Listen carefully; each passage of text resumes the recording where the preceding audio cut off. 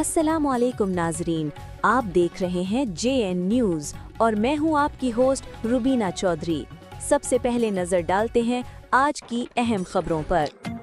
Hyderabad bureau chief Javed Ali चन्ना से हैदराबाद में कौमी अवामी तहरीक ज़िला हैदराबाद का एक अहम इजलास अब्दुल शफात घरानों की रिहाइशगाह पर मुनाकिद हुआ, जिसके सदारत ज़िला सदर नज़ीर बलीदी ने की।